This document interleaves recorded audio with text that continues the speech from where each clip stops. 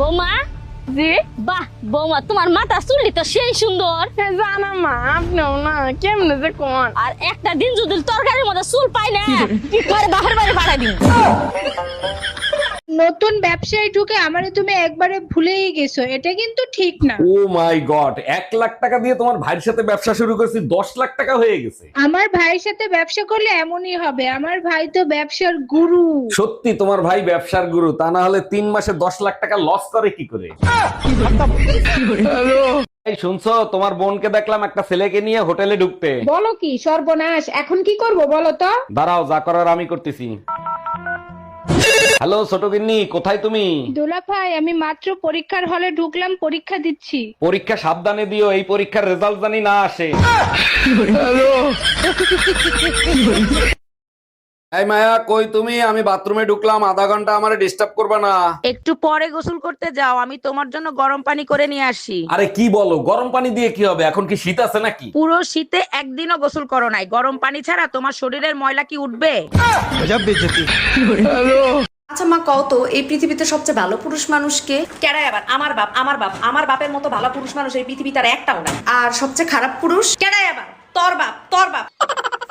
আচ্ছা মা, কও তো এই পৃথিবীতে সবচেয়ে ভালো পুরুষ মানুষকে? কেডাই আবার? আমার বাপ। আমার বাপের মতো ভালো পুরুষ মানুষ এই পৃথিবীতে আর একটাও না। আর সবচেয়ে খারাপ পুরুষ? কেডাই আবার? তোর বাপ। এই তোমার যন্ত্রণায় কি আমি কোনো কাজ বাজ করতে পারবো না? কি হয়েছে বলো? এই আজকে অফিসে যাওয়ার সময় টুম্পা ভাবির বাসায় গেছিলা কেন তুমি? ও তো ভাই এবার শীতে আসবে কিনা সেইটা জিজ্ঞেস করছিলাম। আজকে তুই বাসায় আয়, ড্রামের ঠান্ডা পানিতে তোরে যদি না চুবাইছি, আমি এক বাপের বেটি না।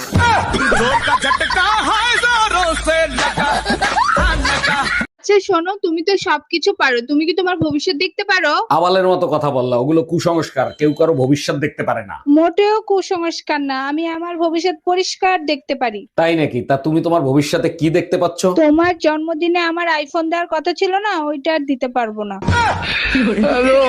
আচ্ছা, তুমি যে আমার পোলারে বিয়ে করবার চাইতাছো, তোমার যোগ্যতা কি? যোগ্যতা বলতে আমি সেই সৈনিক যে চাঁদা তুলে দৈনিক।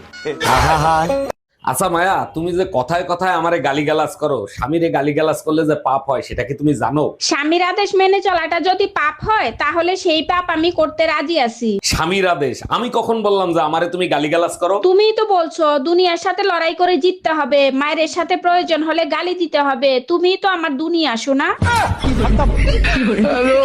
চাচি, তোমার একটা কথা কমু। কি? কত এমন কোন জিনিস আছে যেটা 10 টাকা দিয়ে কিনে আমরা সারা বছর ব্যবহার করতে পারি? তোর মাথা পাগল হয়েছে? হ্যাঁ, 10 টাকা দিয়ে জিনিস কিনে সারা বছর চলবো এমন কোন জিনিস আছে নাকি? আছে, ক্যালেন্ডার।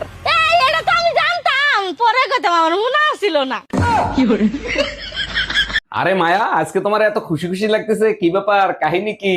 জানো, আজকে মার্কেটে গেছি, এক দোকানদার আমার নাম্বার চাইছে, আমি তোমার নাম্বার দিয়ে আসছি। বলো কি, তাই নাকি? দেখছো, এর জন্যই তোমারে আমি এত বিশ্বাস করি। হ্যালো, অরুণ ভাই, ভাবির কাছ থেকে আপনার নাম্বার রাখছি, এই নাম্বারে 10,000 টাকা পাঠিয়ে দেন। কেরে মরমি, তুই এনে মন বেজার করে বয়া সাকা। কি আর কমু দাদি, যা রাতে আমি দৌড়ি হেতি আমার সাইডে থিয়ে জায়গা, আমি আর বিশ্বাসী মানুষ পাইলাম না। বিশ্বাসী বস্তু একটাই আছে, সেটা হলো কারেন্টের তার। তুই আড্ডা দইরা থাকা, মরার আগ পর্যন্ত আর ছাইরা দিব না।